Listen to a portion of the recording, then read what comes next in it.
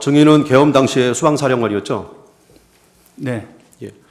증인은 계엄 선포 시에 상관인 국방부 장관의 지시에 따라 국회에 병력을 투입시킨 것이죠.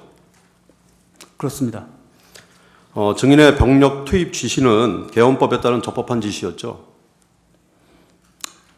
이 부분은 좀 제가 재판관님, 제가 이 부분은 좀 하세요. 제가 네. 설명하세요. 네.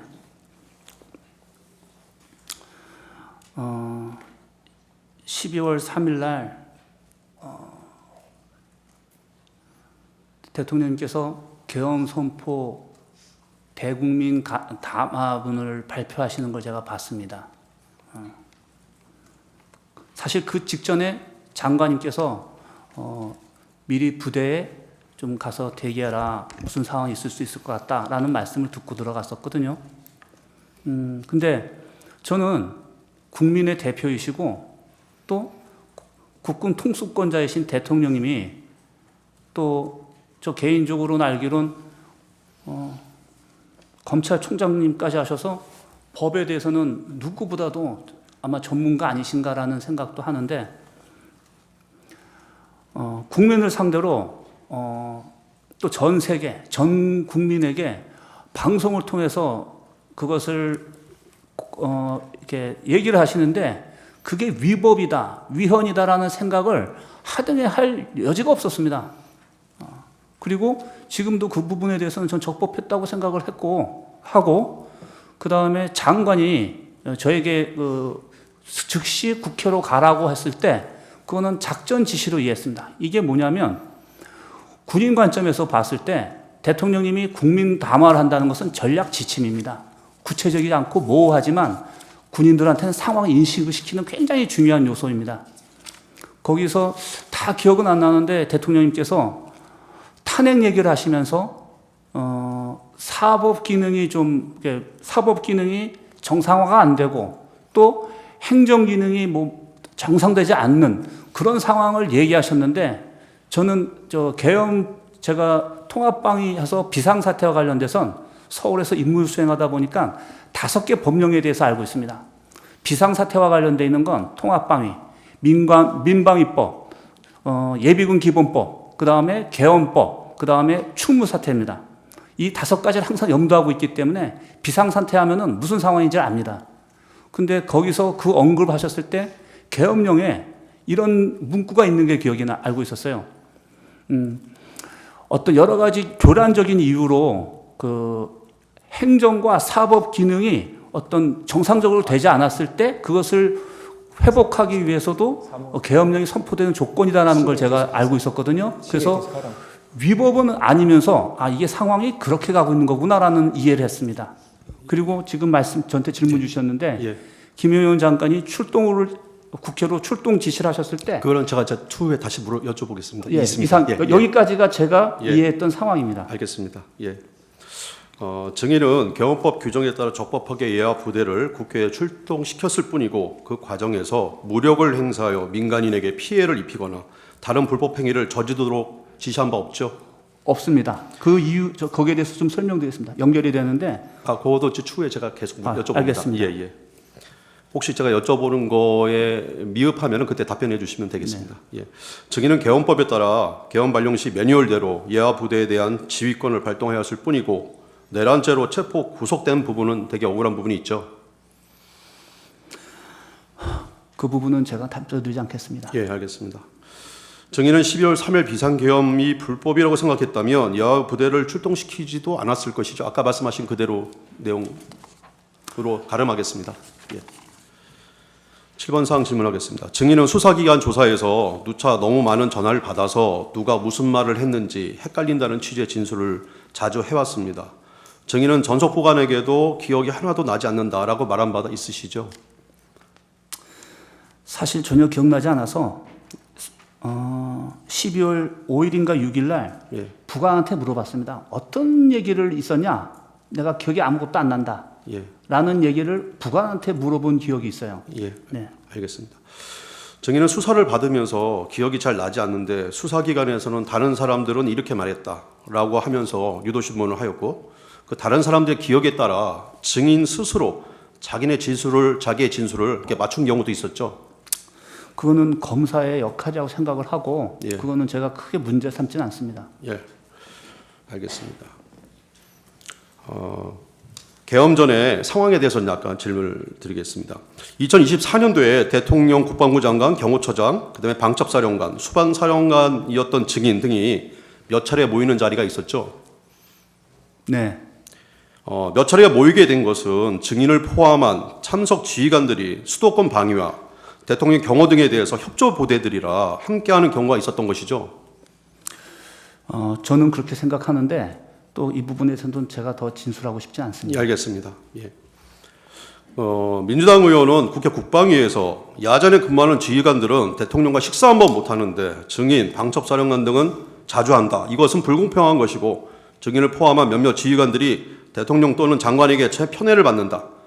아니면 미리 계엄을 모의한 것이다. 라는 주장을 하였는데요. 이는 전혀 사실이 아니고 선동하는 것이죠.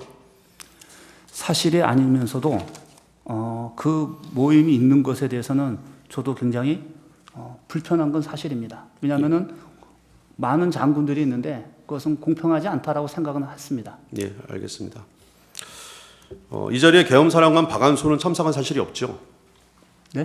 예, 그 자리 모임 자리에 참모총장 박안수는 참석한 사실이 없죠. 네. 비상계엄 발령 시에 당의 상황에 대해서 좀 질문드리겠습니다. 증인은 12월 3일 오전에는 당일 이제 계엄이 발생한 그날입니다. 오전에 일상적인 회의와 현장 지도를 하였고 오후에는 병원 진료도 하였고 또 이발도 하셨고 저녁에는 수방사 예하 5개의 사단장, 여단장 및 그 배우자들과 함께 매년 열리는 저녁 식사 자리를 가진 후에 8시 30분까지 그분 사람들과 차단까지 하였죠. 네. 그리고 귀가하셨죠. 저희 공간에서 제가 예, 공간에서 하셨습니까? 2차까지 하면서 사진까지 찍어주고 보냈습니다. 그러다 보니까 마지막 모습은 제가 관사에서 설거지하는 상황이었습니다. 예, 알겠습니다. 그 퇴근해서 관사에 있는데 9시 50분경에 김영경 국방부 장관으로부터 전화가 와서 부대에서 대기해라. 잠시 후 TV로 대통령 담화문을 시청하라는 지시를 받은 사실은 있으시죠? 그냥 부대로 들어가서 대기하라고 하셨지 담화 얘기나 대통령 담화 얘기는 안 하셨습니다. 예, 알겠습니다. 증인은 계엄을 선포한다는 사실을 대통령 TV 담화로 처음 알게 된 것이죠? 네, 제가 무슨 상황인지 몰라서 통상 YTN에 보면 무슨 상황이 있으면 먼저 TV가 먼저 나옵니다. 그래서 YTN을 틀어보라고 하는 상황에서 곧 이어서 나왔던 것 같습니다. 예, 알겠습니다. 계엄 당일 증인의 행적을 보면은 예하대 지휘관들 및 그 배우자들이라 동반 부부 모임까지 하고 한 것을 보면은 대통령의 계엄 선포를 미리 알지 못한 것이 명백한 것으로 보입니다. 맞죠? 그 부분은 말씀드리기가 알겠습니다. 왜냐면 다 연관이 돼 버립니다. 네. 예, 알겠습니다.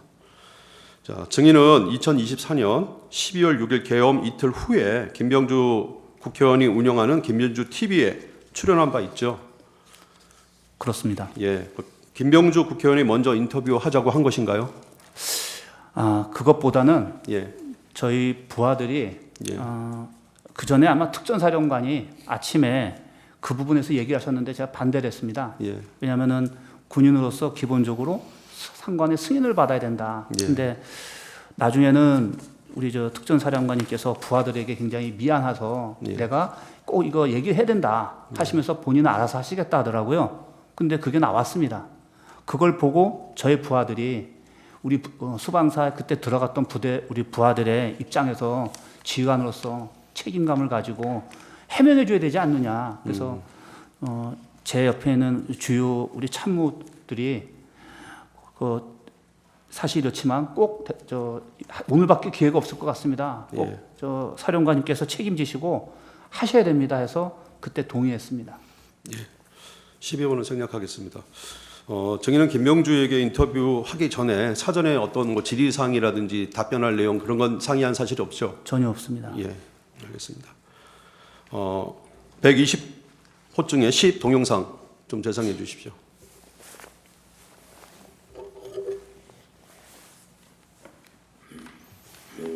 예, 김병주 TV에 나온 얘기입니다. 어떻게 알았습니까?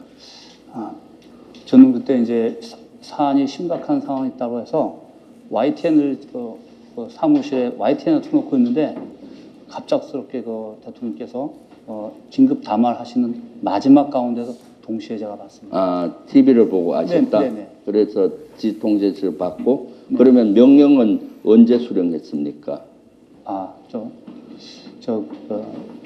주요 지휘관 회의 BTC를 시작을 그렇죠. 했는데 그렇게 하면 주요 지휘관 하상회의를 먼저 시작했잖아요. 거기서 임무를 준 모양이죠, 아닙니다. 장관이. 그 긴급한 상황에서 네. 수방사령관은 먼저 네. 자리를 떠서 출동을 해라 네. 하셔서 제가 나오는데 어디로 출동하라고 지시? 거기서는 말씀하시고 네. 별도 임무가 있다 이렇게 네. 하셔서 나왔는데 이제 다시 폰으로 연락이 오셔서 국회로 가라고 이렇게 하셨습니다. 국회로? 네. 그럼 특임단을 보내라고 임무를 줬습니까? 그런 구체적인 건 아시고 네. 국회로만 가셨는데 네. 저희는 수방사가 서울에 있는 국가중요시설을 담당하고 있기 때문에 국회도 국가중요시설입니다. 네. 그래서 사실은 그때 운영할 수 있는 부대는 항상 비상대기하고 있는 우리 이번에 있는 그 3호 특임부대였습니다. 특임부대에게 임무를 줬다고 예. 하셨죠. 그럼 보내면서 임무를 준 것은 뭡니까? 보내면서 임무를 주는 거는 딴 거 없었고 네. 너무 시간이 없었기 때문에 그때 일경비단장 또 우리 참모장 저가 이 상황에서 가서 무엇을 해야 되는가 했을 때 제일 중요한 것은 그 서울 시민의 안전, 네. 다치는 거라든가 무슨 일 있으면 안 되고 그 다음에 우리 출동한 장병들이 다쳐서는 안 된다. 그래서 그러기 위해서는 우리 장병들 서로 챙겨가지고 안전하게 해라. 그러면서 참모장이 저한테 건의했습니다. 그러면은 이 장비 중에 총기라든가 이런 것들은 휴대하지 않는 게 좋겠습니다. 라고 네. 얘기해서 그거 타당하다 제가 얘기를 하고 그렇게 준비를 시켰습니다. 예. 아까 지금까지 쭉 말씀하신 내용 그대로 아마 인터뷰를 하신 것 같습니다. 정의는 대통령 계엄 선포 후에 국방부 장관 주관 화상회의에 참석했고 장관이 증인에게 나가서 출동 준비하라고만 했죠. 네. 예. 직후 장관이 전화로 증인에게 국회로 가라라고만 했죠. 국회로 즉시 출동하라고만. 예, 출동하라. 예. 국회로 가라는 말 위에는 구체적으로 국회 어디로 가서 어떤 임무를 수행해라 이런 지시는 없었죠. 네. 수방사는 비상 상황에서 서울의 국가 중요시설 72곳을 방해하는 것이 기본 임무고 국회도 그 중에 하나였죠. 네. 2004년도 한 해만도 50군데 중요시설에 대한 훈련을 실시하였죠. 예, 제가 부임해서 예, 제일 많이 예전 전 사령관님들한테 조언을 들은 것이 예, 지난 10년간 서울에서 통합방위 훈련을 유관기관과 한 적이 없다. 군인들만 했다. 그래서 너는 수방사령관 할 때 책임지고 유관기관과 함께 모든 국가 중요시설에 대한 훈련을 해서 이것이 일상화되게 해라. 그런 어떤 굉장히 중요한 조언을 들었습니다. 그래서 저도 그게 목표여서 그렇게 쭉 해왔습니다. 예. 당연히 훈련할 때는 총을 메고 하는 거죠. 기본 복장 갖추고. 그렇습니다. 예. 공경합동 통합방위 훈련 매뉴얼이나 2004년, 2024년도 50곳 했던 통합방위 훈련에 따르면은 수방사 임무는 시설 중에서도 가장 중요한 건물의 외곽방위, 경계를 담당하는 것이 임무죠. 병력들이 없기 때문에 예.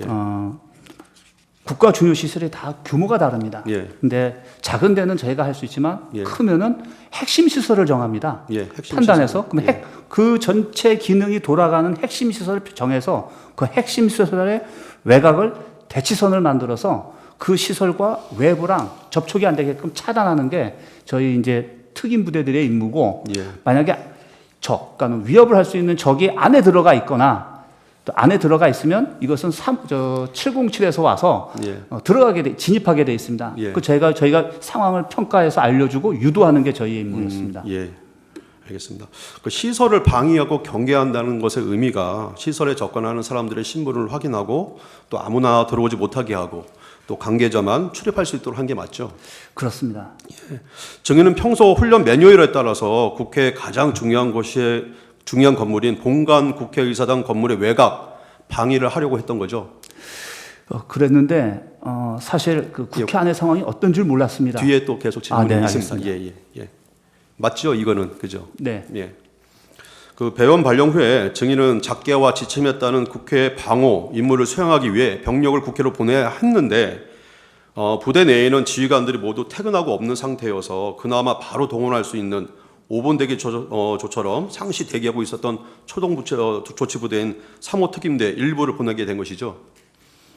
그렇지는 않습니다. 아, 그렇습니까? 이 부분은 좀 얘기가 많기 때문에 그냥 절미하겠습니다. 이해하겠습니다. 그 출동 시에 장관이나 대통령으로부터 국회로 가서 국회의원들의 본관 출입을 막고 계엄 해제 요구 의결을 못하게 하라 이런 지시는 받은 바 없죠. 그런 출동 적은 시에 네, 예. 없습니다. 예. 저 125증의 11 동영상 재생해 주십시오. 그리고 제가 이건- 사실 나중에 현장에서 보니까 네. 병력들이 저희 초동조치부대들은 기본적으로 들고 다니는 패키지가 있습니다. 그렇죠. 총하고 다 예. 휴대하죠. 총기를 들고 갔고 그 다음에 총은 탄약은 이제 안 가져가고 그 공포탄을 네. 대신해서 갔는데 제가 현장에서 먼저 보고 너무 상황이 사람들이 많았습니다. 그래서 총기는 차에다 다 내려두고 빈몸으로 내려서 임무를 수행해라 이렇게 임무했습니다. 네. 그럼 총기는 차량에 놔둔 상태에서 빈몸으로 내렸다. 그때 임무 준 거 있습니까? 그때도 역시 제일 중요했던 것은 시민들 안전 지키고 그 다음에 장병들 임무 잘해라. 그렇게 마치 잘해라가 표현 다 기억이 안 나는데 그 가서 원래 저희 기본 임무가 국가중요시대장 경계입니다. 외부로부터 들어오는 것을 통제하고 신원 확보를 하는 게 유사시의 임무입니다.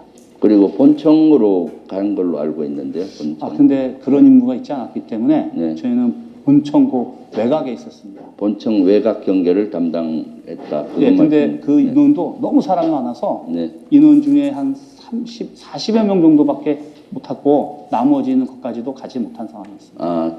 그리고 제가 예. 이건 출동 당시 임무 부여에 대해서 나온 동영상인데요. 증인은 소방사 출동 인원들에게 시민들, 장병들의 안전이 최우선이다. 총은 두고 빈몸으로 내려서 임무를 수행하고 장갑차는 가지고 나오지 말아라 이렇게 지시하셨죠. 그렇습니다. 국회 본관으로 들어가라는 지시가 없었기 때문에 국회 본관으로 가지 않고 국회 본관 외곽 경계에 지시를 내렸다는 것이죠. 지시가 있어서가 아니고 예. 매뉴얼상 저희는 내부에 들어가는 계획이 없습니다. 예, 네. 알겠습니다.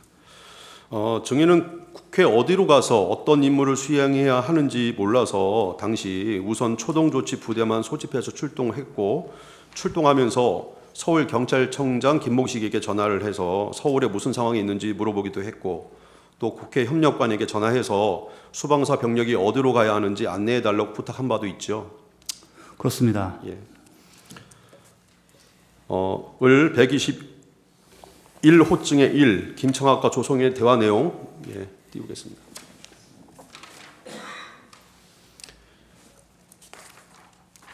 이것은 계엄 당시에 1 경비 여단장 조성영과 군사 경찰단장 김청학이 대화를 나눈 것을 녹취한 것입니다. 여기에 보면 녹취 시간이 당일 23시 51분 10초 때 녹취가 된 겁니다.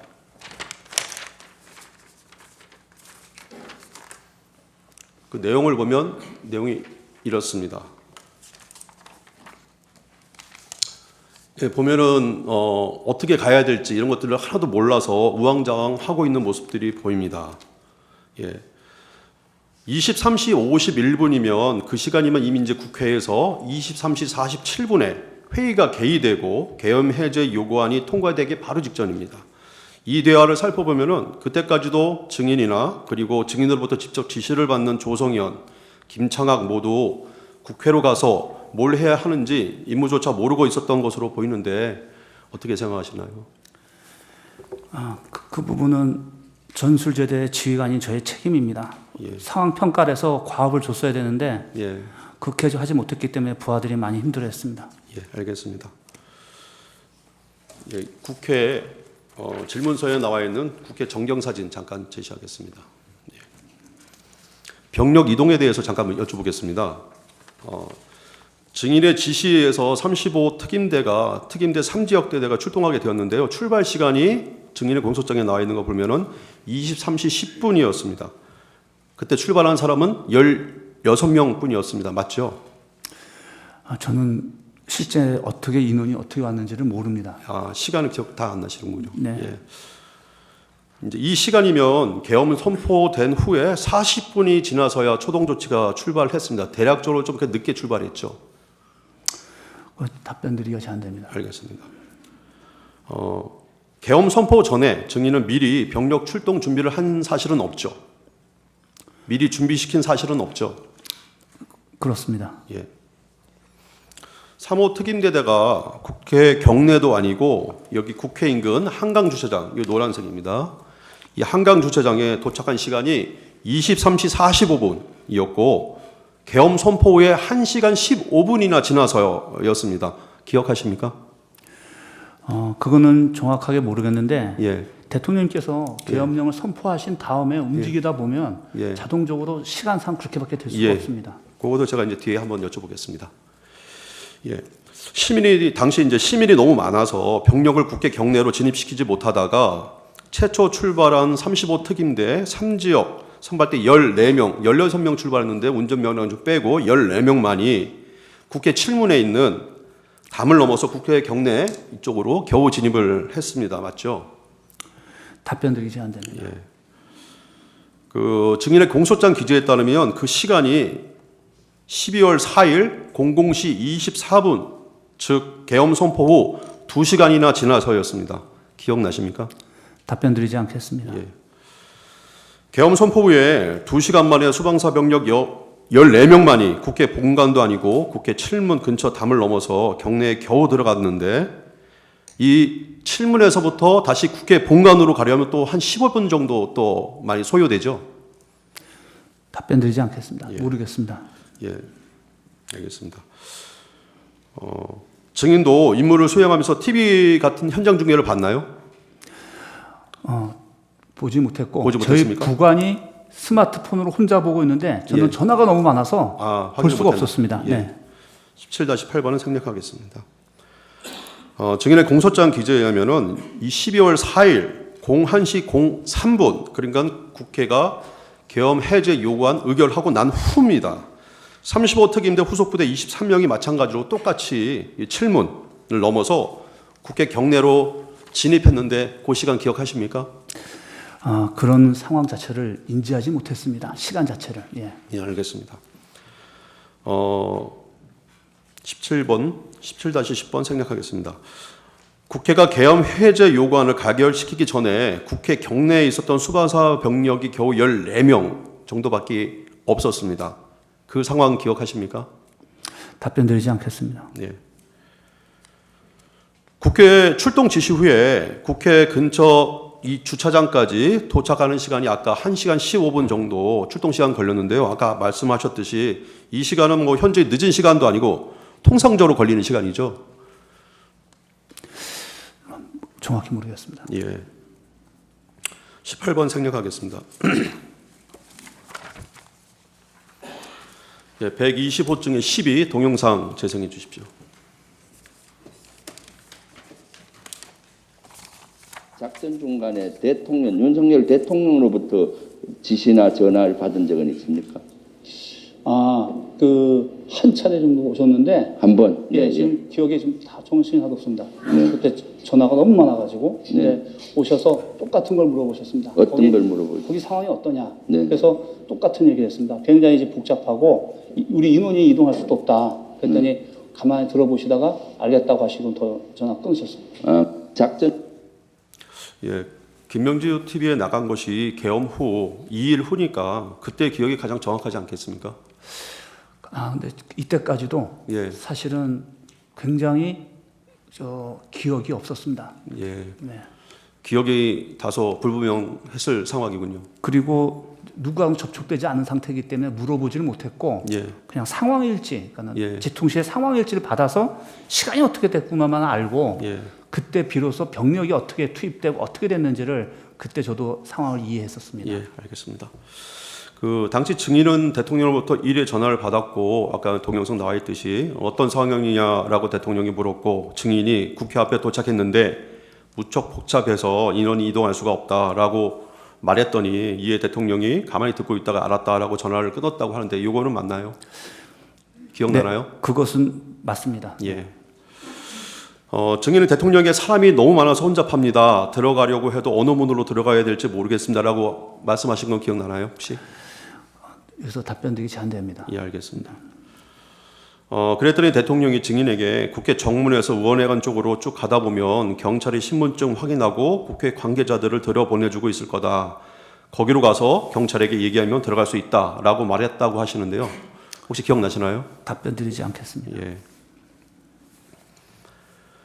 증인은 방금 본 영상에서도 막 헷갈린다고 아까 말한 게 나오는데요. 검찰 조사에서 계엄 당시 장관으로부터 수십 번 전화가 오고 또 그 밖에도 서울청장, 국회 협력관, 예하부대 지휘관들과 셀 수 없이 많은 전화 통화를 해서 정신이 없었고 또 누구와 몇 번 무슨 내용으로 통화했는지 기억이 잘 안 난다는 취지로 진술을 한 적이 있는데 맞죠? 답변드리지 않겠습니다. 예. 증인은 계엄 이후에 부관에게도 전화가 너무 많이 오고 정신이 없어서 계엄 당시의 상황이 잘 기억이 나지 않는다라고 말한 사실이 있죠. 아까 처음에 말씀하셨죠. 네. 예. 대통령이 증인에게 국회로 들어가는 방법을 알려준 통화 이후에도 대통령과 통화한 적이 있는지 그리고 대통령과 총 몇 번 통화했는지 기억이 잘 안 나시죠? 답변드리지 않겠습니다. 군 검찰 등은 증인을 조사하면서 대통령이 또 전화하지 않았냐, 뭐 이런 저런 내용으로 통화하지 않았냐 이렇게 유도하면서 물은 적 없습니까? 그렇지 않습니다. 이 증인은 처음에는 기억이 나지 않는다고 진술하였으나 검찰이 계속 반복해서 물어서 검찰이 질문한 것에 맞는 그런 부합하는 듯한 진술을 한 적도 없나요? 그거는 검찰의 역할이라고 생각을 하고 답변드리지는 않겠습니다. 예. 대통령이 전화해서 190명이 들어왔다는 건 확인도 안 된다. 총을 쏴서 문을 부수고 들어가라. 계엄이 해제돼도 2번, 3번 계엄령 선포하면 된다. 이렇게 말했다는데 이건 기억이 없다고 진술을 하셨는데요. 맞죠? 답변드리지 않고 예. 이 부분이 저의 재판에서 다툼의 여지가 있는 부분입니다. 예, 알겠습니다. 당시 수방사 병력은 공포탄뿐만 아니라 총기도 소지하지 않았지 않습니까? 그건 나중에 혹시 저한테 시간을 주시면 예. 전체적으로 어떻게 작전을 그려나가는 건지 그걸 한번 설명하면서 답변드리겠습니다. 예, 맨 마지막에 말씀드리겠습니다. 제 기회를 드리겠습니다. 120호 중에 13 동영상 재생해 주십시오. 그거는 상급부대에서는 혹시 보고했다든가 지시받은 건 있습니까? 철수에 관계된 거는? 근데 얼마 안 돼서 위에서도 연락이 와서 철수를 승인하는 걸로 그렇게 왔기 때문에 제가 보고 드렸다기보다는 임무를 받은 것 같습니다. 그럼 제가 사항계통으로 철수하라고 네네. 했습니까? 사령관님이 장관이나 계엄사령관한테 전화를 받은 건 아니고요. 네, 직접 받지는 않았습니다. 네, 그건 예, 국회 계엄 해제 요구안이 의결된 후에 대통령이 국방부 장관과 계엄사령관을 불러서 병력을 철수하라고 지시를 했고요. 그 지시가 상황계통으로 내려왔다고 하는데 수방사 병력은 상황계통으로 지시도 받은 적이 있죠. 그 부분은 제가 비아폰을 받았기 때문에 사실입니다. 예. 증인은 계엄 당시 대통령 국방부 장관으로부터 누군가를 체포하라는 지시를 받은 사실이 있습니까? 없고 그 다음에 그것은 더 이상 답변드리지 않겠습니다. 예, 알겠습니다. 비원 벙커에 대해 잠깐 여쭤보겠습니다. 체포와 관련돼서 계속 언급되는 것이 수방사 비원 벙커인데요. 또 증인은 또 국방이나 국회에 나가서 이 부분에 대해서 자세히 설명을 하려고 하는데 민주당 의원들이 계속 말문을 막아서 말씀을 못 하신 걸로 보입니다. 수방사 비원 벙커가 뭐 하는 곳입니까? 모두 다 아시지만 예. 국가 중요 시설이고 전쟁 지도부가 들어간 곳, 군사 지휘부가 들어가는 곳입니다. 그래서 언급하는 것 자체가 상당히 보안입니다. 예, 그렇죠. 제가 제일 안타까운 게 예. 국회에서든 어디서든 이런 얘기들을 언급 안 했으면 좋겠습니다. 예. 이상입니다. 예, 알겠습니다. 국방부 장관은 본 법정에서 누군가를 체포해서 구금하기 위해서는 방마다 화장실 등의 구금을 위한 시설들이 갖추어져 있어야 하는데 수방사 비원 벙커는 그런 시설들이 전혀 갖추어지지 않아 누군가를 체포해서 수용할 수 있는 곳은 아니다라고 얘기를 했는데 맞나요? 답변드리지 않고 다만 거기에는 평시에도 일개대대 병력들이 상주하고 있습니다. 예. 전략사뿐만 아니라 여러 부대들이 들어가 있기 때문에 불가능합니다. 예, 자세한 내용은 답변하지 않으셔도 됩니다. 예. 아까 그 전반적인 작전에 대해서 말씀을 하고 싶다고 하시는데요. 시간 저희가 1분 55초 정도 시간이 있으니까 거기에 대한 답변 좀 부탁드리겠습니다. 네. 앞서 대통령께서 담화하시면 전략 지침인데 모호하고 또 장관님이 작전 지시를 하면 역시 과업이 불분명합니다. 근데 그게 군인들의 역할입니다. 자유민주주의 국가의 문민 통제 체제에서는 민간이 군을 알 수가 없기 때문에 두리뭉실 얘기하고 항상 군인들은 그 대비를 해야 됩니다. 계획이 없었습니다. 그러면 어떻게 해야 되냐면 그때 현장에 가서 전략 지침을 이해해서 나름 평가를 해서 명령을 주려면 구체적으로 주지 못하더라도 국제법과 국내법에 위반되지 않는 부분부터 해석합니다. 그게 통상 우리 교리상에 제약사항, 금지사항이 있고 최종 상태라는 게 있습니다. 제가 상황 벌어지자마자 부하들과 얘기하면서 최종 상태를 얘기한 게 그거였습니다. 과업이 불분명 상태에서 혼란할 수 있으니까 각자와 맨 위와 맨 아래가 같은 선상에서 생각할 수 있는 방향이 있어야 되는데 그것이 세 가지였습니다. 곧바로 한 10분 내에 얘기했던 것 같은데 국가 중요시설이 보호돼야 되고 국민은 안전해야 되고 또 시민이 안전해야 되고 그다음에 우리 장병들이 다치면 안 된다.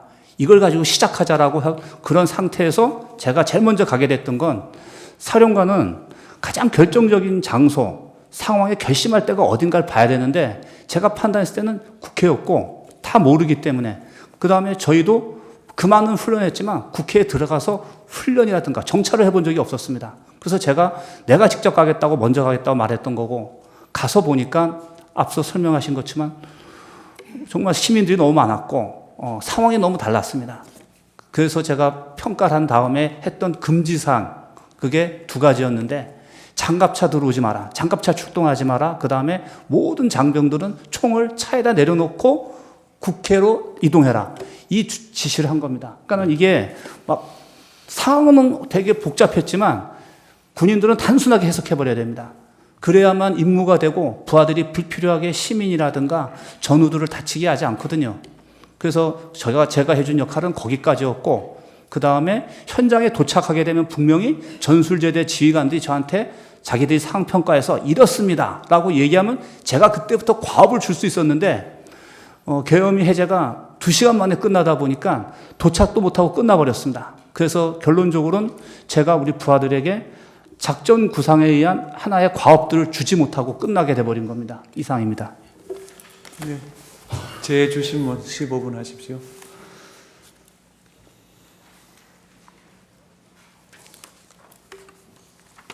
네, 증인 좀 전에 계엄 선포 시에 상관인 국방부 장관 지시에 따라서 국회 병력을 투입했다라는 질문에 그렇다고 대답을 했는데 계엄 선포 시에 수방사령관이 국방부 장관 지시를 받도록 되어 있습니까?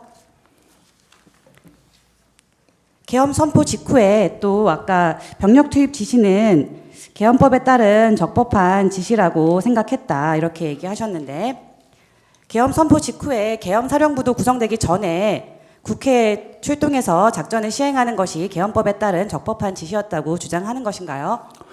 그 부분은 제가 답변을 드리진 않겠지만 저는 그때 계엄이 선포되었기 때문에 계엄사 구성되기 전에 어떤 주요 조치, 선조치는 있을 거라고 군인들은 그렇게 이해합니다. 이상입니다. 증인 조금 전에 반대 신문 답변하면서 그 이제 피청구인 측으로부터 이제 이 뭐 검찰로부터 유도 신문이 있었는지 뭐 이런 질문을 받았습니다. 증인이 검찰에서 이 대통령과 3번 통화가 있었다는 사실을 처음 밝힌 것이 12월 14일인데 당시 그리고 증인도 사실 뭐 유도 신문을 한 것은 아니다 이렇게 대답을 했죠. 저는 그게 검찰의 당연한 역할이라고 생각하지 유도 신문이라고 생각하지 않고 당시에 그렇게 하지도 않았습니다. 그럼 유도 신문이 아니라 증인이 기억하는 대로 답변한 것이지요? 저는 기억나는 데만 얘기했고 다만 공소장에 올라있는 내용이 제가 기억이 나는 부분만 얘기한 게 아니라 완전히 전부 다 얘기했기 때문에 그거에 다툼이 있을 거란 얘기를 한 겁니다. 그럼 증인이 다툼이 있다고 생각하는 부분은 4번째 통화가 중심이고 아까 첫 번째 통화는 인정하셨고 2번째와 3번째 통화가 있었던 사실까지는 다툼이 없으십니까? 그 답변 드리지 않겠습니다.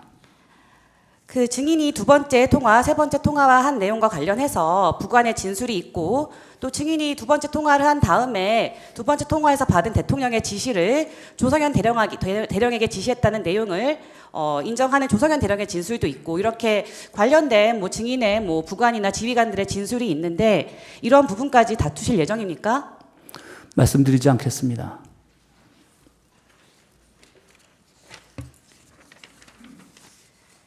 증인의 부관이나 증인의 지휘관들이 뭐 듣지 않은 내용, 기억에 반하는 내용을 허위로 이야기해서 증인을 곤란하게 할 특별한 이유가 있습니까? 저는 저희 부하들을 믿고 절대 그러지 않을 부하들이라고 확신합니다. 증인은 아까 말씀하신 것처럼 수방사 병력은 실제 뭐 국회 본청에 진입을 하거나 국회의원들을 끌어내는 임무를 수행한 것은 없다.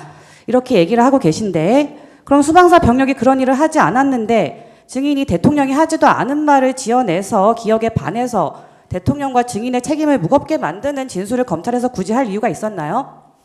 그 부분에 대해서도 답변 드리지 않겠습니다. 증인이 아까 이제 출동할 때 구체적 임무를 부여하지 않았느냐라는 질문에 대해서 맞다고 대답을 하였습니다. 근데 증인이 현장에 도착한 병력에게는 현장에서는 상황 평가를 하고 지시를 했죠. 아까 말씀하신 내용은 비무장으로 총기와 탄약을 두고 진입해라, 국회로 이동해라 라고 지시하시고 그와 함께 국회로 들어가서 양재영 협력관 만나서 출입 인원 통제해라, 본청 게이트 받아서 막아라 라는 내용으로 지시하신 적 있죠. 그 부분도 답변 드리지 않겠습니다. 근데 그것도 기본 매뉴얼상의 외곽 대치선에서 하는 역할과 동일한 의미에서 한 얘기입니다. 방위와 경계를 하기 위해서 투입했다 이런 말씀이신가요? 그렇습니다. 증인 아까 그 피청구인 측에서 제시했던 갑 121호증의 이 김창학 단장과 이진우 사령관 사이의 통화를 보면 증인이 이제 담 타고 이제 집어넣어 보내라고 지시를 하고 김창학 재판관님, 그거는 저희가 증거 인부 절차를 거치지 않은 내용입니다. 방금 조금 전에 증인께서 제시하셨 의로증입니다. 저희는 의로증입니다. 저희가 동의한 증거입니다. 증거 동의. 저희는 요거만 제출했습니다. 아니 증거 저희가 제출한 증거와는 전혀 다릅니다. 부분이 다르다는 건가요? 증거 설명서에 있었습니다. 증거로 제출되었고 저희가 아니요, 저희는 직접 혐의를 제출했기 때문에 이 부분만 저희가 증거로 제출했습니다. 한번 몇 호증이라고요? 121호증의 2호증 2입니다. 띄워보세요.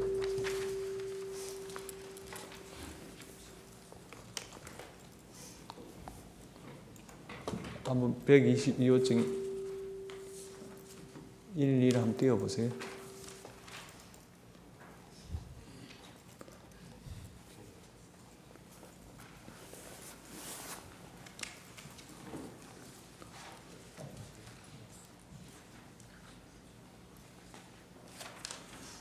죄송합니다. 제가 착각을 한 것 같습니다. 예, 제출한 거 맞습니다. 예, 시계 넣으십시오. 하세요.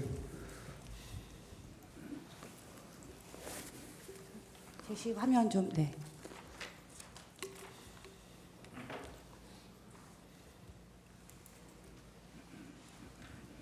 증인이 김창학 단장에게 양재응 장군을 이야기하는데 양재응 장군이 있고 본청에서 게이트 하나 맡아서 못 들어오게 막는 것을 해라고 출입 통제 지시를 했지요. 이 부분은 제가 국회 본청이 어떻게 생기고 구조가 어떻게 되는지 전혀 모릅니다. 그것만 말씀드리겠습니다. 국회 본청의 구조를 모르기 때문에 양재응 장관의 지시를 받더라도 어쨌든 게이트를 맡아서 출입하지 못하라는 지시를 하는 내용이 확인이 됩니다.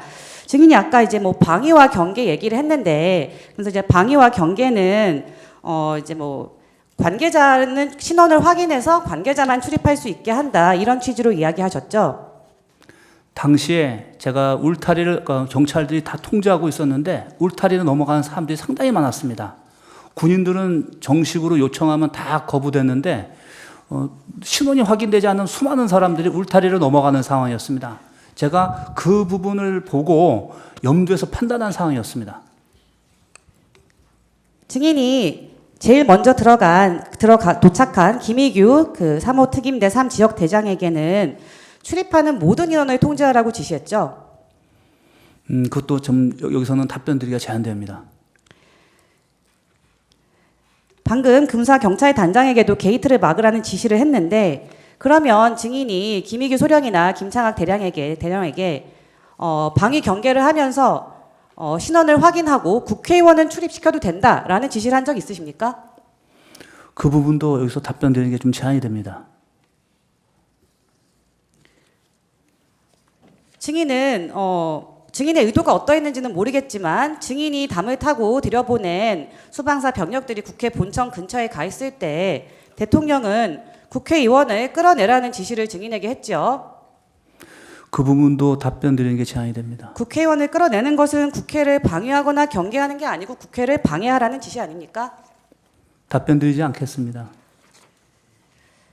아까 증인이 국회 출동이 이제 늦어진 사정과 관련된 이야기를 했는데 그러면서 계엄 전에 미리 출동을 준비시킨 적이 없다 이렇게 답변을 했습니다. 근데 일단 김영현 장관은 비상계엄 선포 전에 21시 48분경에 상황이 있으니 대기하라고 했죠. 그렇습니다. 그리고 증인도 대국민 담화 이전에 9시 50분경에 대테러 특수임무대대를 구성하는 제1경비단장, 조성현 단장, 또 군사경찰 특임대대 김창학 단장을 소집을 했죠. 무슨 일이 모르기 때문에 유일하게 제가 운용할 수 있는 예비대가 그 부대입니다. 그래서 미리 사전에 경고를 한 겁니다. 워닝을 줬습니다. 그런데 조성현 단장은 10시가 되기 전에 전진의 작전 과장에게 수호신 TF, 대테러 특임 대대 TF 소집 지시를 전달했죠. 그 부분은 제가 모르겠고 답변 드리기가 제한됩니다. 김영현 장관은 전군 주요 지휘관 회의할 때 회의를 마치기도 전에 수방사령관 출동하라고 지시했죠. 저보고 먼저 나가라고 얘기는 하셨습니다. 그리고 계엄 상황 중에 셀 수 없이 많이 전화를 해서 계속 왜 못 들어가냐고 독촉 전화도 했죠.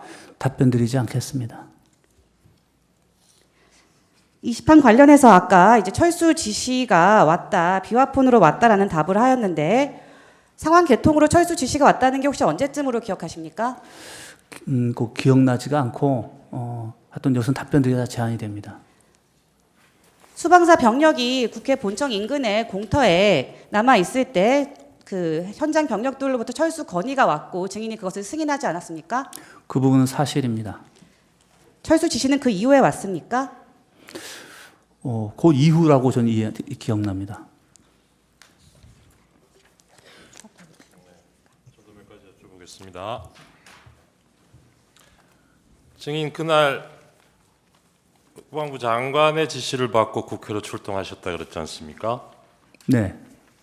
그럼 국방부 장관의 지시가 없으면 비상계엄이 발령됐다 그러면 통상은 어떻게 대응합니까? 수방사에서는?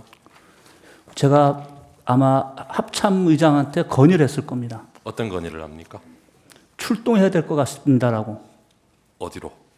만약에 제가 전화를 먼저 했던 데가 경찰입니다. 왜냐하면 모든 서울 안보에서 제일 먼저 하는 데가 경찰입니다. 그래서 네. 경찰에다 물어보고 상황이 뭔지 확인할 겁니다. 근데 그게 국회라고 확인되면 저는 이런 것 같아서 국회가 네, 저희 네, 담당자니까 알겠습니다. 갈 네, 겁니다라고 이야기했습니다. 그날은 국방부 장관이 먼저 전화가 왔기 때문에 그 지시에 따른 거라는 거죠. 그렇습니다. 예. 아까 증인도 거의 수방사에서 선발대 보내고 바로 같이 출발했죠, 증인도. 증인도 그날 출동 네. 지시 내리고 네. 그 부하들이 움직이기 전에 증인이 먼저 출동하셨던 거 아니? 제가 먼저 갔습니다. 그렇죠. 네. 그 아까 차 안에 계셨다 그랬는데 네. 컨테이너 4분의 1 크기? 그러니까 그 크기가 그러니까 좀 그러니까. 상상을 좀 시켜드리려고 한 건데 일찍 그냥 작은 차입니다. 도착하셔서 네. 이 상황 끝날 때까지 계속 그 차 안에 계셨던 겁니까? 그렇습니다. 그 차 안에 누가 있었죠? 그분 우리 부관, 운전관 이렇게 운전관. 셋이 있었습니다. 예. 자리가 그러면 운전관 있고 부관은 앞에 있고 조수석에 있고 저는 뒤에 뒷자리에 있고 증인 혼자 그렇습니다. 있었기 아까 전화기 3개로 뭐 계속 전화 통화하느라고 정신 없었다 그러셨죠? 그렇습니다. 그때 운전관은 자고 있었다 그래요. 그거는 인지하셨습니까 그때? 차가 계속 이동하는 상황인데 잤을 리는 없을 텐데. 잤을 리는 없어요. 예, 차가 계속 돌았습니다. 매각을. 그 전화를 계속 하고 뭐 통화 계속 중이었다 그랬잖아요. 그 부관도 그 전화를 들을 수는 있는 상황이었죠. 그거는 제가 모르겠습니다. 네. 아까 증인 그날 증인이 검찰에서 한 진술에 대해서 이게 제3자 진술하고 증인 진술하고 그 중에 뭐 증인 진술은 좀 묻히고 제3자 진술을 검찰에서는 조금 더 우선해서 그게 공소장에는 공소사실은 그렇게 반영돼 있는 것 같다. 그런 취지로 진술을 하신 것 같은데. 답변 드리지 않겠습니다. 예, 그거는 그렇고 그때 차 안에 같이 있었던 그 부관의 진술도 그냥 제3자의 진술에 불과합니까? 아니면 그건 제가 잘 모르겠습니다. 그 진술은 증인이 보기에 믿을 만한 진술입니까? 일단은 제가 기억이 없는 가운데 네. 그 말을 듣고 제가 그거를 증언하면 위증이 될 수 있지 않습니까? 네, 네. 그런 입장에서 봐주셔야 될 거라고 생각합니다. 네, 알겠습니다. 아까 그 메모 보내주는 거 보면 그 증인이 뭐 이렇게 국회 해산 검색도 하고 그러셨잖아요. 그때 검색해 보니까 뭐라고 나오던가요? 그 부분에서는 여기서 답변 드리지 않겠습니다. 반대신문 중에 아까 대리인께서 대통령이 전화 통화에서 이런 얘기하지 않았냐. 의원회관 쪽으로 쭉 가다 보면 경찰이 신분증 확인하고 관계자들을 들여보내주고 있을 거다. 거기 가서 경찰이 얘기하면 들어갈 수 있을 거다. 이렇게 얘기하지 않았냐고 물었는데 증인 답변을 안 하셨어요. 이 부분도. 네, 근데 원래 증언 거부할 수 있는 거는 네, 본인이 네, 유죄 판결 받을 수 있는 사실이 드러날 염려가 있을 경우에 안 할 수 있는 겁니다. 네. 근데 지금 이 내용은 만약에 대통령이 이런 얘기 했으면 대통령한테도 그렇고 증인한테도 그렇고 유리하면 유리하지 불리할 게 하나도 없는 얘기예요. 근데 이거 왜 답변을 안 하세요? 제가 정확하게 그걸 모르거나 기억이 안 나는데 이걸 얘기를 어떻게 해야 기억이 안 난다는 취지입니까? 네, 알겠습니다. 아까 증인 병력 투입 지시가 개헌법에 따른 적법한 지시라고 받아들였다. 이런 취지로 얘기하셨어요. 그렇습니다. 처음에 출동 지시 받았을 때는 그럴 수도 있다고 생각합니다. 근데 네, 이 생각이 나중에 대통령하고 전화 통화하고 그 이후에도 이 생각이 유지가 됐어요. 계엄 상황 끝날 때까지 이 생각이 유지가 됐습니까? 상황 평가는 계속 이루어집니다. 군인들한테는. 그러니까요. 근데 네. 그 평가가 재평가되기 전에 상황이 종료가 됐습니다. 네. 굉장히 빠른 시간이 끝났기 때문에 재평가가 될 상황이 그 없었습니다. 중간에 이게 적법 여부에 대해서 의문을 가지는 순간이 한순간도 없었어요. 왜냐하면 병력이 외곽 대치선에 점령조차도 못했는데 네. 제 모든 관심은 병력이 배치돼서 그 배치 결과를 보고하고 예하 지휘관들이 이런 상황입니다. 어떻게 할까요?라는 말을 들어야 되는데 도착을 안 했는데 어떻게 다음 거를 생각합니까? 그 당시의 상황에 대해서 증인하고 참모장하고 생각이 좀 다르지 않았던가요? 참모장은 제가 굉장히 신뢰하는 우리 제 장군 우리 전우인데 네. 굉장히 어떻게 보면은 좀 항상 저랑 의도적으로 반대 입장에서 레드 팀에서 항상 조언해주는 우리 후배입니다. 예. 그래서 제가 상당히 존중하는 후배고 그때 그날 참모장은 레드팀으로서 어떤 의견을 내던가요? 직접 먼저 가시는 게 맞겠습니까라는 얘기를 제가 들었던 것 같고 네. 그 다음에 몇 가지 조언을 한 것 같은데 다 기억나지는 않습니다. 그 처음에 출동할 때는 어떤 상황인지 잘 모르고 가셨다 했잖아요. 네, 근데 수방사가 보통 이런 비상사태 때 출동하는 것은 뭐 대테러 업무에 하기 위해서 가는 거 아닌가요? 대테러는 아주 일부입니다. 아, 그런가요? 네, 근데- 제가 앞서 말씀드렸지 않습니까? 비상사태의 종류가 다양한 게 있는데 그 많은 것 중에 테러는 비상사태에 네네네. 들어가지 않습니다. 제가 네. 여쭤보겠습니다. 그럼 출동 지시 받을 때는 어떤 상황인지 잘 모르고 가셨는데 네. 국회 앞에 가서 보니까 거기서 차 안에서 지금 몇 시간 계셨다는 거잖아요. 보고 받으면서 네. 그렇게 몇 시간 동안 계셔 보니까 그게 어떤 상황이었어요? 그날 국회 상황이 무질서 상황이었다고 얘기하고 무질서 상황이었다. 네. 그거는 무질서 상황이기 때문에 군이 투입된 겁니까? 아니면 군이 가서 무질서 상황이 된 거예요? 제가 그 부분은 나중에 저희 재판 때는 제가 말씀드릴 수 있겠는데 여기서는 영향이 있을 것 같아서 말씀 안 드리겠습니다. 아까 처음에 6분 하세요. 6분 하세요. 예예. 그 서울경찰청장하고 통화하셨다 그랬습니까? 예, 아닙니다. 서울지방경찰청장. 서울지방 예. 통화하셨다 그랬죠. 그래서 무슨 상황인지 물어보셨다 그랬죠. 네, 그 부분도 제가 좀 답변 못 드리는 게 좀 서로 이견이 아니 그러니까 다른 것 같아요. 증인 입장을 물어보는 겁니다. 증인이 하셨다는 얘기가. 답변 드리지 않겠습니다. 그때 서울경찰청장이 무슨 상황이라고 물어봤으니까 뭐 대답이 있었을 거 아니에요. 뭐라 그러던가요? 답변 드리지 않겠습니다. 증인이 잘 모르고 가셨다던 그 임무를 네. 이 계엄 상황 종료될 때까지도 결국 모르고 오신 거예요? 소방사가 여기 왜 왔는지. 저는 어떻게 보면은 결론적으로 부하들한테 제가 나중에 모아놓고 제 입장에 소감을 얘기해줬는데 네. 거기에다 담겨 있다고 생각합니다. 근데 네. 그 부분이 제가 제 부하들한테 고맙고, 왜냐하면은 제가 명확하게 임무를 부여해주지 못하고 가시화시켜주지 못한 상태에서 그 증인도 무슨 인물인지 모르셨다니까. 구체적으로 뒷물을 내려줄 수가 없었겠네요. 현장 가서 판단하려고 했는데 네. 현장에 진입을 못했기 때문에 또 보고를 못 받았기 때문에 상황을 모르고 끝났다는 입장입니다. 네.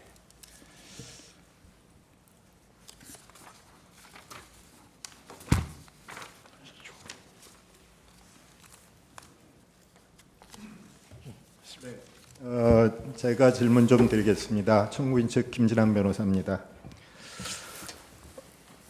저는 증인이 아주 불행한 군인이라고 생각을 합니다. 그 상황에서 그 직위에 있었기 때문에 불행한 운명에 처한 안타까운 군인이라고 생각을 하고요.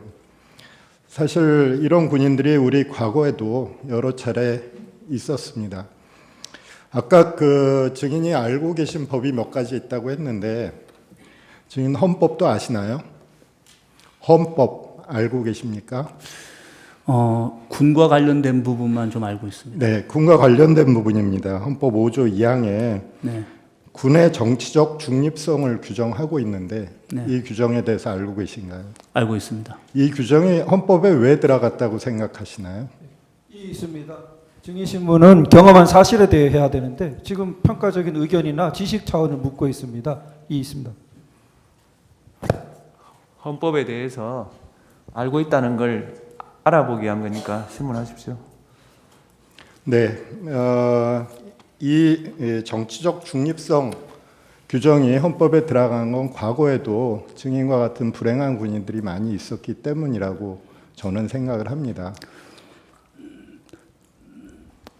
혹시 하실 말씀 있으시면 하셔도 좋고요. 방금 변호사님께서 불행한 군이라고 얘기하시는데 상황은 그렇습니다. 근데 불행한 군이라고 생각하지는 않고 군인은 이 부분도 나중에 이 재판관님께서 이 부분에서 저에 대해서 한번 의견을 좀 시간을 주시면 제가 왜 그날 투입하게 됐는지, 그리고 그거에 주저하지 않았는지에 대한 입장을 한번 얘기하겠습니다. 불행하다고 표현하시는 건 좀 과하시고, 그건 굉장히 저한테 군부 입은 사람한테 대한 굉장히 좀 좋지 않은 표현이라고 생각합니다. 아, 그러시군요. 저는 지금 증인께서 처하신 상황이 불행하다고 느껴졌기 때문에 그런 거고, 나쁜 의미로 쓴 것은 아닙니다.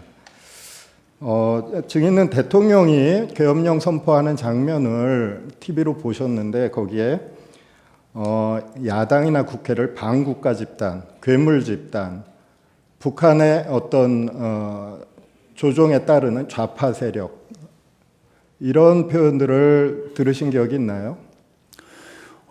답변 드리진 않겠습니다. 네. 예. 그런데 그런 TV 방송을 보셨던 건 맞죠?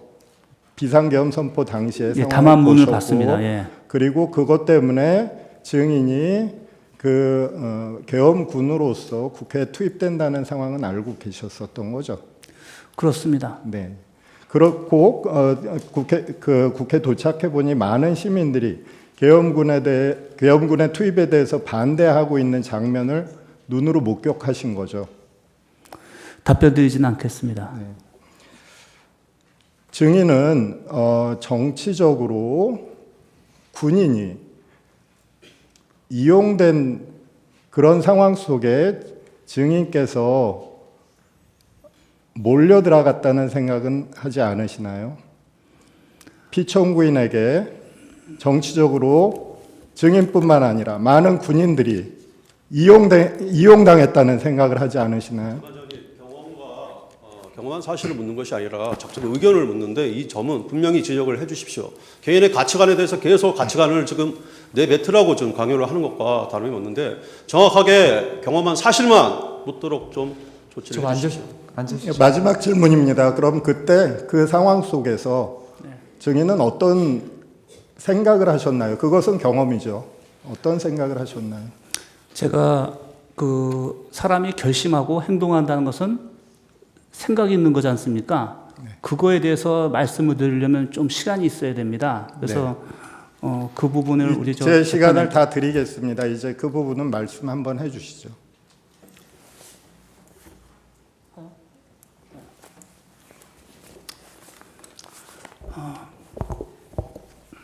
존경하는 재판장님, 그리고 여기 국회를 대표하시는 분들과 또 대통령님 다 계시는데, 저는 군인입니다.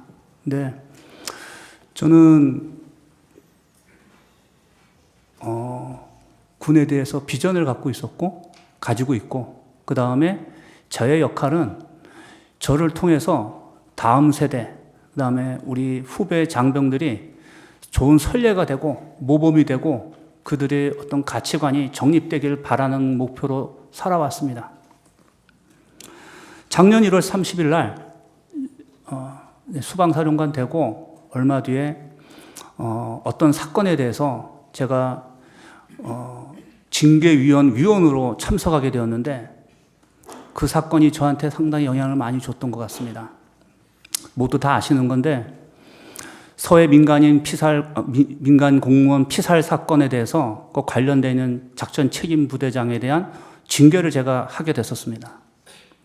그 내용은 보안이고 비밀이기 때문에 내용은 말씀 안 드립니다. 결론적으로는 우리 대한민국 국민 한 사람이 죽었는데 결심하는 사람이 없었고, 상황 평가하는 사람이 없었고, 건의한 사람이 없었고, 확인한 사람이 없었다는 걸 제가 알았습니다. 제가 군인으로서 지금까지 살아오고 또 삼성 장군까지 돼가지고 제가 해야 할 일이 뭔가 하고 생각했을 때, 그 잘못된 풍토를 바꿔야 되겠다라는 생각을 했습니다. 그것도 전 어떻게 보면 교만이라 생각하고 오만일 수 있습니다. 그 부분에 대해서 굉장히 결심을 했었습니다. 근데 2달 뒤에 우연치 않게 그런 비슷한 상황이 있었습니다.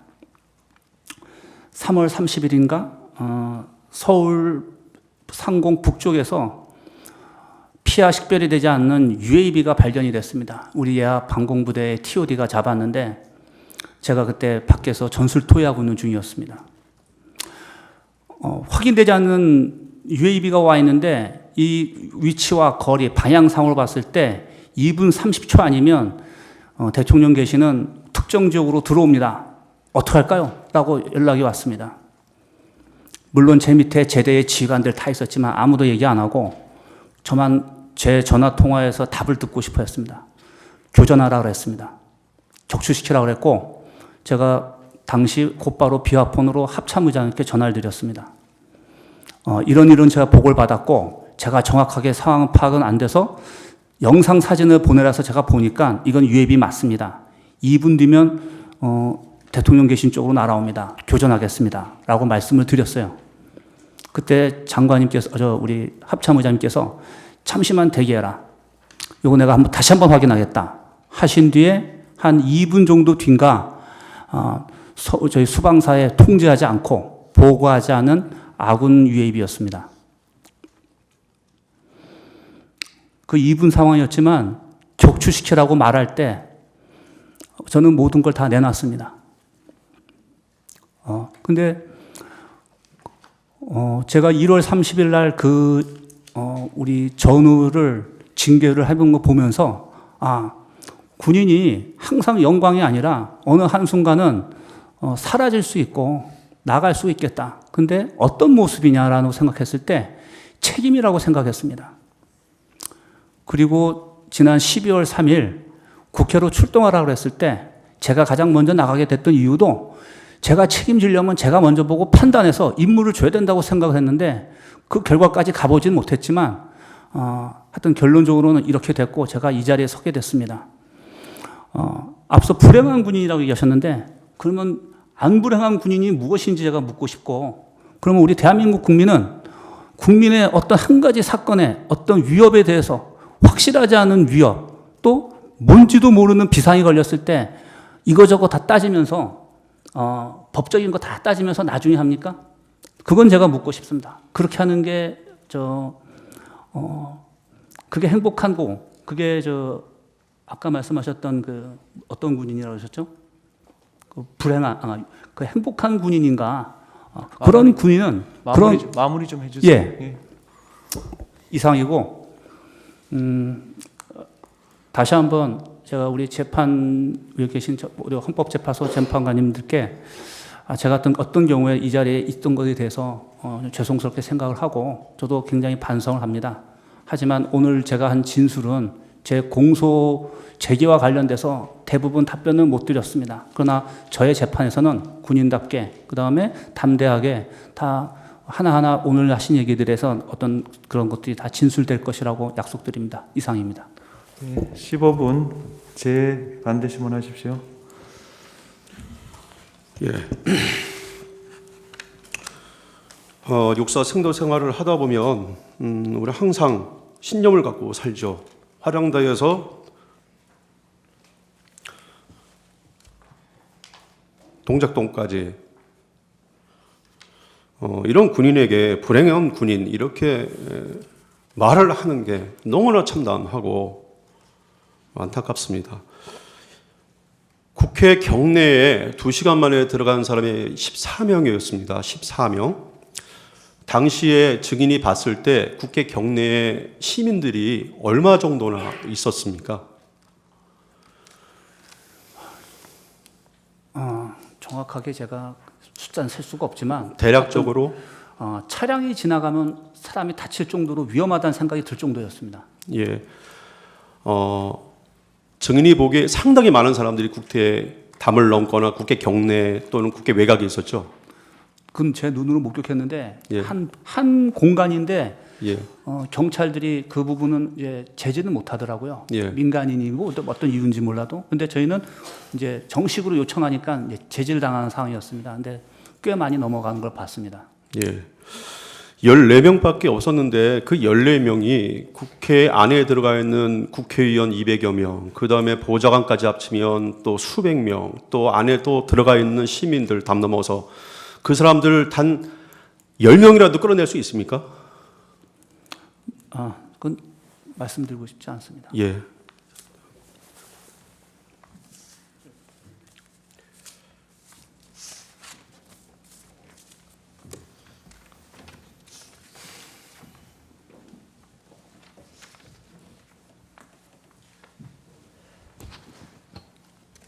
예, 수방사령관님, 예, 은갑근 변호사입니다. 몇 가지만 질문을 하겠습니다. 출동 당시에 임무를 정확히 받지를 못해서 김봉식 청장에게 전화한 사실이 있다고 하셨는데 맞죠? 그거는 제가 임무를 못 받아서가 아니라 그냥 훈련된 습성대로 한 거였습니다. 이제 정확히 그 당시에 국방부 장관이나 다른 분으로부터 구체적인 업무 지시를 받은 건 없는 건 사실이죠. 그랬기 때문인데 예. 그에 대해서는 답변드리지 않겠습니다. 그 당시 김봉식 서울청장에게 전화해서 무슨 일인지 확인을 했을 때 김봉식 청장이 병력이 필요하다고 지원 요청을 한 사실이 있죠. 말씀드리고 답변드리지 않겠습니다. 아까 청구인의 질문 사항에 현장에 도착했을 때 상당히 무질서한 상황이라고 말씀을 하셨습니다. 그 부분은 제 주관적인 평가인데 예. 우리 경찰 전우들이 굉장히 힘들어했습니다. 그 시민들이 굉장히 많은 상태였고 진입을 시도하려고 하는 상황이고 오히려 우리 증인을 비롯한 수방사 군인들은 진입을 할 수 없는 상황에 있던 건 맞죠? 왜냐하면 기관과 기관이기 때문에 네. 협조와 통제해서 움직이다 보니까 절차 때문에 안 되는 것 같았고 시민들은 그냥 이제 임의대로 하는데 경찰 병력이 뜨문뜨문 있다 보니까 그게 상당히 제지하기가 어려웠던 것 같습니다. 그날 당시 진입을 못하는 상황에서 김봉식 서울청장에게 여러 번 전화한 사실은 있죠. 그거는 답변드리기가 제가 제한이 됐는데 딱 한 가지였습니다. 이유는. 그리고 그 당시 현장에서 카니발 차량을 타고 계셨죠? 네. 아까 청구인의 질문 사항 중에서 운전관이 자고 있었냐고 했을 때 그럴 상황이 아니라고 말씀하셨고요. 차가 계속 움직여 있어야 되고 그 다음에 사람들이 옆에 다 있었기 때문에 예. 그렇게 있을 수 있는 상황이 아니었습니다. 그런데 일부 이 조사한 결과를 보면 부관의 진술에는 운전관이 자고 있었다 이런 진술이 있습니다.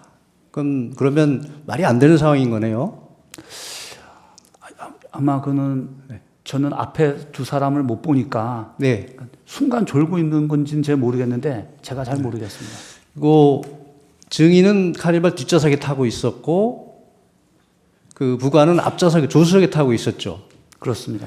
뒷좌석에서 카니발 뒷좌석에서 통화하는 내용이 카니발 조수석 앞쪽에서 자세히 들릴 수 있습니까?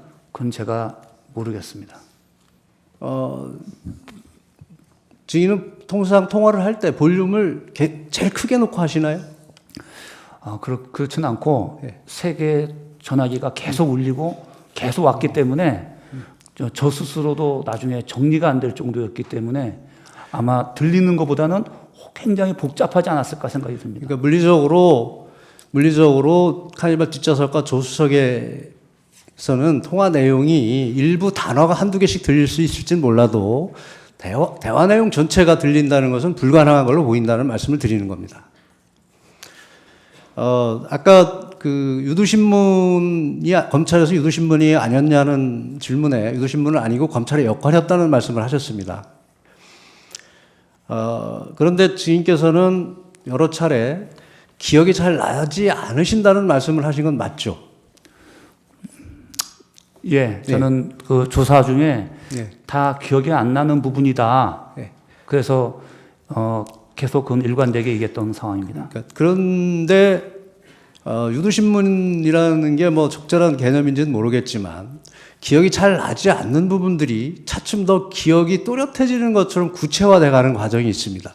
이것은 기억이 나지 않는 증인을 상대로 수사기관에서 자꾸 다른 사람의 진술이나 무슨 다른 상황을 가지고 환기를 시켜서 증인이 기억하지 못하는 부분을 증인이 경험한 사실처럼 유도한 것은 아닌지 생각이 되는데 어떻게 생각하십니까? 거기에 대해서는 답변 드리고 싶지 않습니다.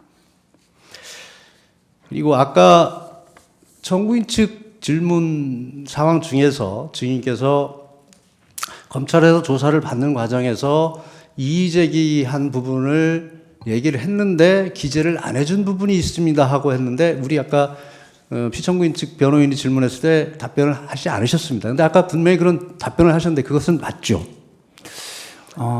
그 부분이 예. 지금 그 증거 자료로 예. 인용이 되느냐 그 동의 과정이 지금 있습니다. 그래서 예.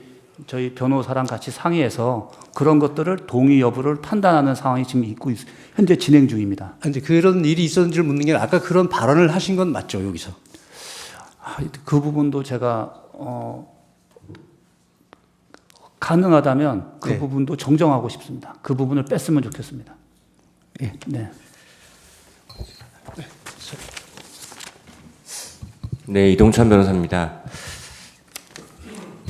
그 증인께서 계엄 당시에 국회로 출동하실 때 카니발 관용차를 타고 나갔고 부관이 핸드폰으로 뉴스를 틀어놨다고 하셨어요. 맞습니까? 뉴스를 보는 걸로 제가 봤습니다. 왜냐하면은 그 상황 벌어지는 어느 순간순간은 저한테 우리 부관이 얘기했기 때문에 아마 시청하지 않았는가 생각됩니다. 소리도 켜놓고 봤습니까? 그거는 모르겠습니다. 증인 대통령으로부터 전화 받은 폰이 군에서 지급한 비화폰이죠? 군에서 지공하는 비화폰입니다. 네네. 그 비화폰에는 다른 추가로 어플리케이션을 설치할 수가 없죠. 그런 걸로 알고 있습니다. 블루투스 기능은 있습니까? 그렇게 되지 않습니다. 그러면 비화폰에 그 통화를 할 때 스피커폰 기능도 없죠? 그런 거 다 없습니다. 네.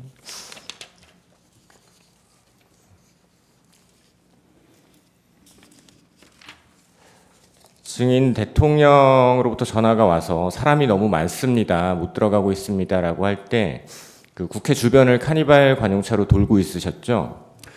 나중에 우리 운전관한테 물어보니까 국회 지역 전체 외곽을 4바퀴 이상을 돌았다는 걸 알고 있습니다. 근데 사람이 많아서 거의 서행이었기 때문에 2시간 동안 4바퀴 이상을 뱅뱅 돌았다고 얘기 들었습니다. 네. 그러면 국회를 계속 그렇게 돌다가 안 되겠어서 여의도 방공진지에 주차하고 계셨죠? 네. 그 방공진지 도착하신 시각이 언제인지 기억나십니까? 기억은 정확히 안 나지만 계엄 해제 의결이 국회에서 끝나고 철수 지시가 내려오는 그 직전인가 되는 것 같습니다. 해제 의결 전입니까 후입니까? 해제 후입니다. 예. 증인의 부관은 공공시 40분경이라고 이야기하는데 해제 전 아닙니까? 그것도 제가 기억이 없습니다. 네. 이상입니다. 다 끝났습니까?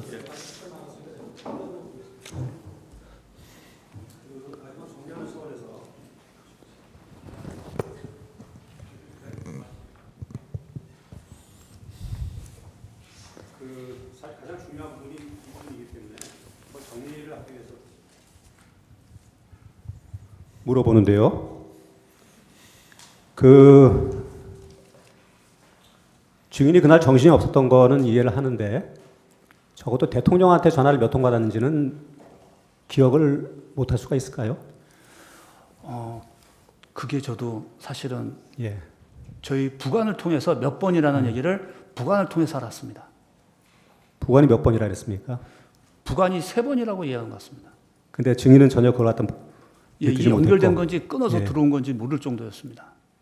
그 대통령이 끌어서라도 끄집어내라 국회의원을. 그건 말씀 제가 답변 드리고 싶지 않습니다. 아니 근데 만약에 네. 그런 대통령이 만약에 지시를 했다는다면은 그건 굉장히 충격적인 지시이기 때문에 네. 기억이 안 날 수는 없겠죠. 그렇기 때문에 일부 예. 기억나는 게 있고, 예. 근데 그건 여기서 말씀드리진 않겠습니다.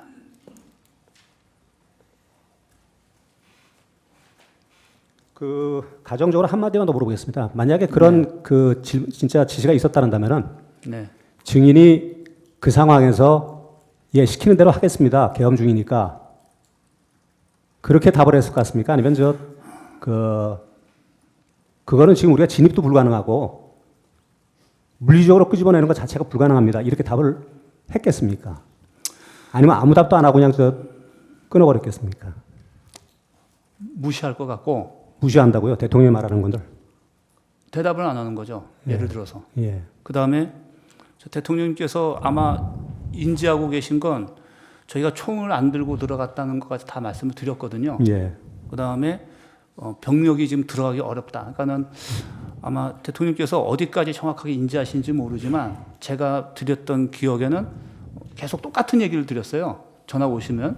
근데 그 전화 아마 와서 제가 오는 전화 모든 계엄사령관 또 장관 계속 전화가 엄청 옵니다. 그러면 똑같은 얘기를 계속 했기 때문에 아마 총이 없이 병력이 맨몸으로 들어갔고 그것도 지금 진입이 안 되고 있다라는 것은 아마 저랑 통화한 사람은 다 알고 있을 겁니다. 그러면 대통령께도 그렇게 말을 했겠네요. 그렇게 최초복을 그렇게 드렸습니다. 그러니까 아니 나중에 끌어내라 그런 얘기가 있었다면. 제일 먼저 하면 제가 먼저 상황을 설명을 드려야 되니까 그런 말을 했을 거라고 생각합니다.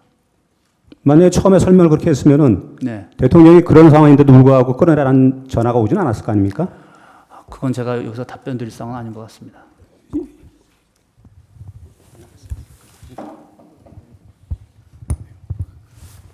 이상 마치겠습니다. 정영식 재판관님이 질문하시겠습니다. 예. 증인 그날 상황이 하도 복잡하고 정신이 없어서 기억을 제대로 못하는 것도 있고 또 일부는 지금 현재 재판을 받고 있으니 이제 그 사건에서 본인이 문제가 될 수도 있으니까 여기서 진술을 함부로 하기가 어렵다는 것은 이해를 합니다. 그런데 이 사건에서 얘기를 해도 예를 들자면 여기서 기억이 나는 것 중에 일부를 얘기를 한다고 그래서 그 부분이 진실이고 증인이 기억나는 대로만 진술했으면 그게 아무런 문제가 없어요. 다른 사건에서도 당연하겠죠. 그거는 여기서 거짓말을 얘기한다거나 혹시 복잡한 얘기를 하다 보면 말이 왜곡될 수 있으니까 그렇지만 그래서 제가 지금 계속 이제 아까 일부 대통령 전화 받으면서 답변한 내용을 일부 반대신문에서 답변을 하셨어요. 그런데 이제 나머지 부분에 대해서는 답변을 하지 않겠다고 하셨는데 이제 진술 상황이 굉장히 복잡하니까 그럴 수는 있습니다. 그래서 제가 묻는 거는 대통령하고 통화한 건 분명히 맞지 않습니까? 그죠? 그렇습니다. 예. 그러면 대통령하고 통화할 때 지금 상황에서, 그때가 아니고요. 뭐 옛날에 어떻게 얘기했던 걸 다 떠나서 지금 상황에서 머릿속에 기억이 나는 단어들이 있습니까? 지금 있습니다. 상황에서 기억나는 단어들을 예. 말을 해줄 수가 있겠습니까? 여기서? 그걸 답변드리기가 제한이 됩니다. 있기는 있는데 네. 그거를 답변하기는 곤란하겠다. 네. 예, 알겠습니다. 이상입니다.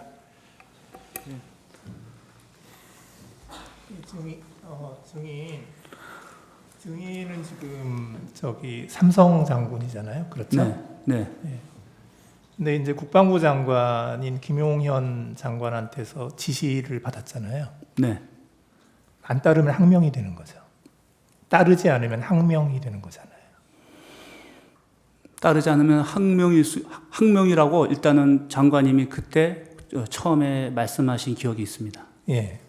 그런데 이제 그래서 증인은 이제 대통령이 법률 전문가이고, 네. 그리고 김용현 장관의 그런 지시는 작전 지시로 이해를 했고, 네. 그래서 믿고 따른 거잖아요. 그렇습니다. 예, 그래서 그 당시에 이제 증인이 이 상황을 판단하는 것이 다소 좀 어려움이 있을 것으로 예상이 됩니다. 이제 그런데 그때 증인이 그 현장에 투입한 지휘관이 대령이 2명 있죠. 네. 그 조성현 대령하고 김창학 대령. 그렇습니다. 예. 그 조성현 대령은 좀 멀리 있었죠, 그때.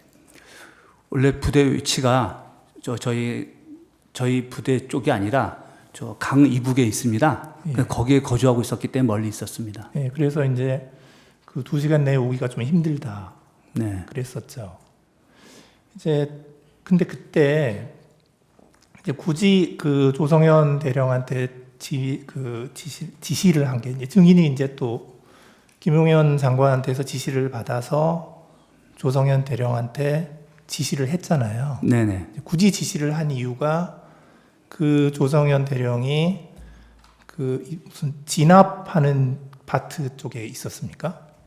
그렇지 않고 서울 지역 내에서 어디든지 즉시 투입할 수 있는 그런 개념과 훈련을 시켜온 유일한 지휘관입니다. 그 다음에 제가 이제 수도방위 사령관이지만 제가 유사시에 쓸 수 있는 부대가 몇 없습니다. 그 부대의 지휘관이기 때문에 그렇습니다. 그래서 그 용산 대통령실 부근 경비나 뭐 이런 그것도 그 부대가 담당을 했던 거고요. 그렇습니다. 예.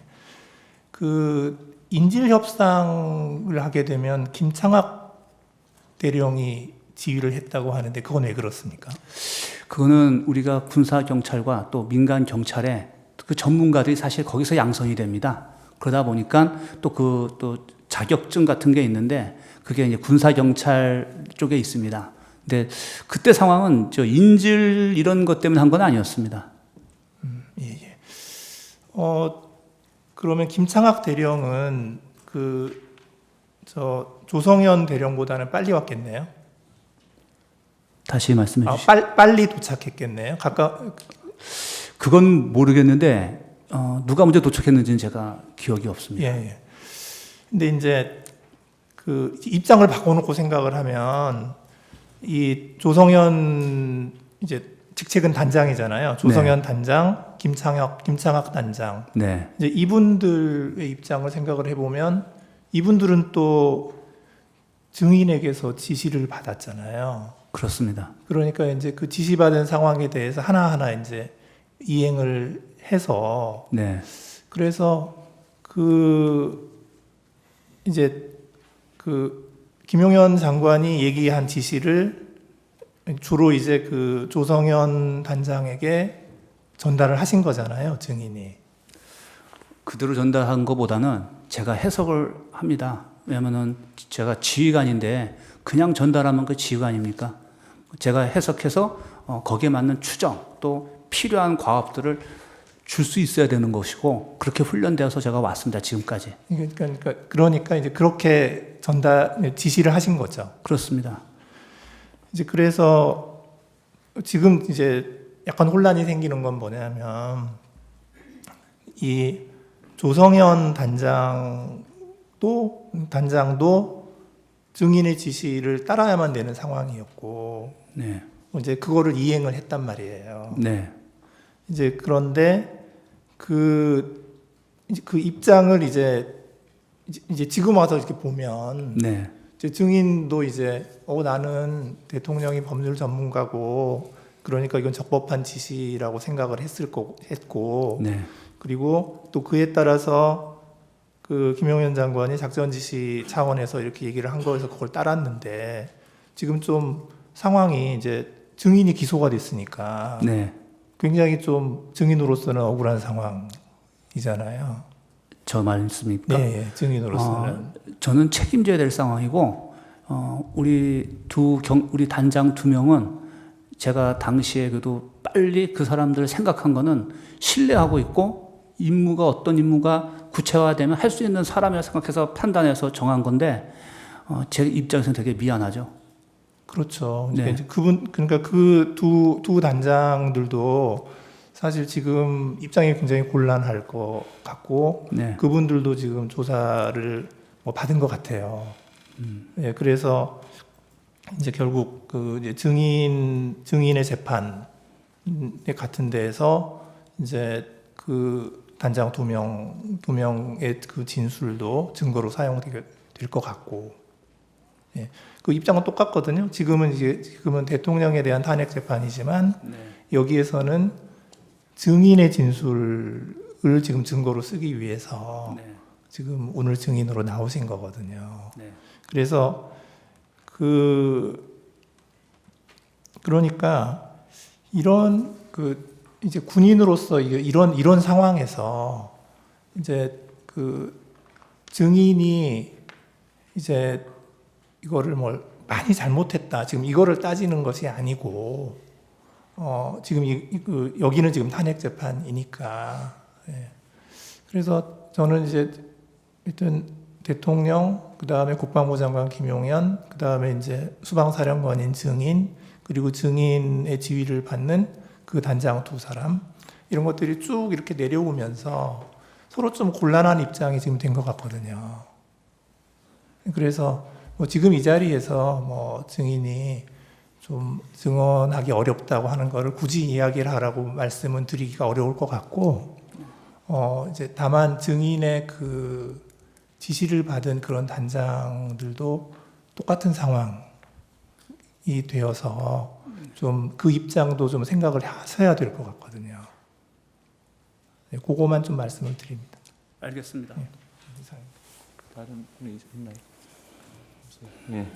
그러면 제가 한 가지만 물어보겠습니다. 네. 정인이 저 수사기관에서 조사를 받았잖아요. 네. 그때 변호인을 선임하셨나요? 변호인을 선임하고 나서 조사받기 시작했습니다.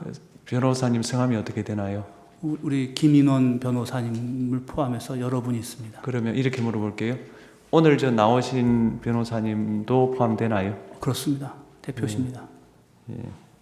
오늘 나오신 분 성함이 무엇이든가요? 김인원 변호사님이십니다. 예. 예, 정인 수고하셨고요. 예, 돌아가셔도 좋습니다. 네. 예.